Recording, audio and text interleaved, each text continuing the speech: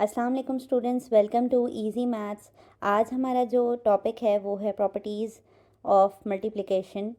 Last lecture में हमने addition की प्रॉपर्टीज़ को डिस्कस किया था काफ़ी डिटेल में, और मैंने आपको ये भी बताया था कि इन प्रॉपर्टीज़ की इंपॉर्टेंस ये है कि आप इनको समझे बगैर क्वेश्चन की तरफ नहीं जा सकते और आप एक्सरसाइज के जो क्वेश्चंस हैं उनको नहीं अटैम्प्ट कर सकते।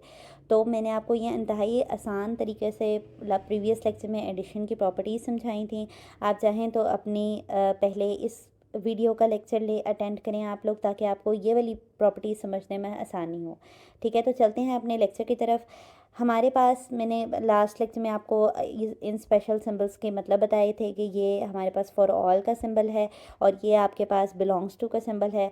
तो हमारे पास सेम मल्टीप्लिकेशन के लिए भी उसने हमें लिमिटाइज़ किया है कि आपने जो एंट्रीज़ लेनी है, ये जो ABC की वैल्यूज़ आपने लेनी है, वो आपने सेट ऑफ रियल नंबर्स में से लेना है। और मैंने आपको बताया था कि सेट ऑफ रियल नंबर्स के अंदर हमारे पास नेचुरल नंबर्स आते हैं, होल नंबर्स आते हैं, सेट ऑफ इंटीजर्स आता है, रैशनल नंबर्स आते हैं और इरेशनल नंबर्स आते हैं। तो यहाँ पर जो एंट्रीज ली जाएंगी वो एग्जांपल्स में आप इनमें से कुछ भी कोई भी वैल्यू पिकअप कर सकते हैं। ठीक है, सबसे पहली प्रॉपर्टी है हमारी क्लोजर प्रॉपर्टी। क्लोजर प्रॉपर्टी के बारे में मैंने प्रीवियस लेक्चर में भी बताया था कि आपके पास आपने दो वैल्यूज़ लेनी है, A और B।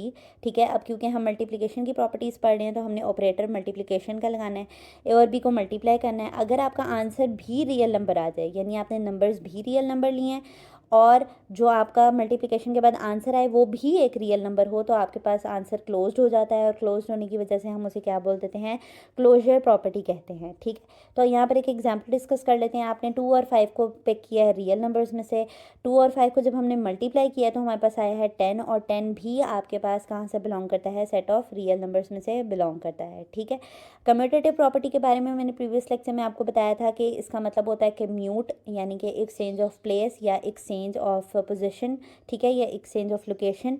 तो आपने आपने कोई से भी दो नंबर्स लेने हैं। ठीक है, उनका ताल्लुक रियल नंबर्स में से होना चाहिए और जस्ट उनकी प्लेसेस को कम्यूट करके आपने देखना है, चेंज करके देखना है। तो आपके आंसर पे अगर कोई फ़र्क ना पड़ता हो तो आपने कहना है कि ये कम्यूटेटिव प्रॉपर्टी होल्ड करता है।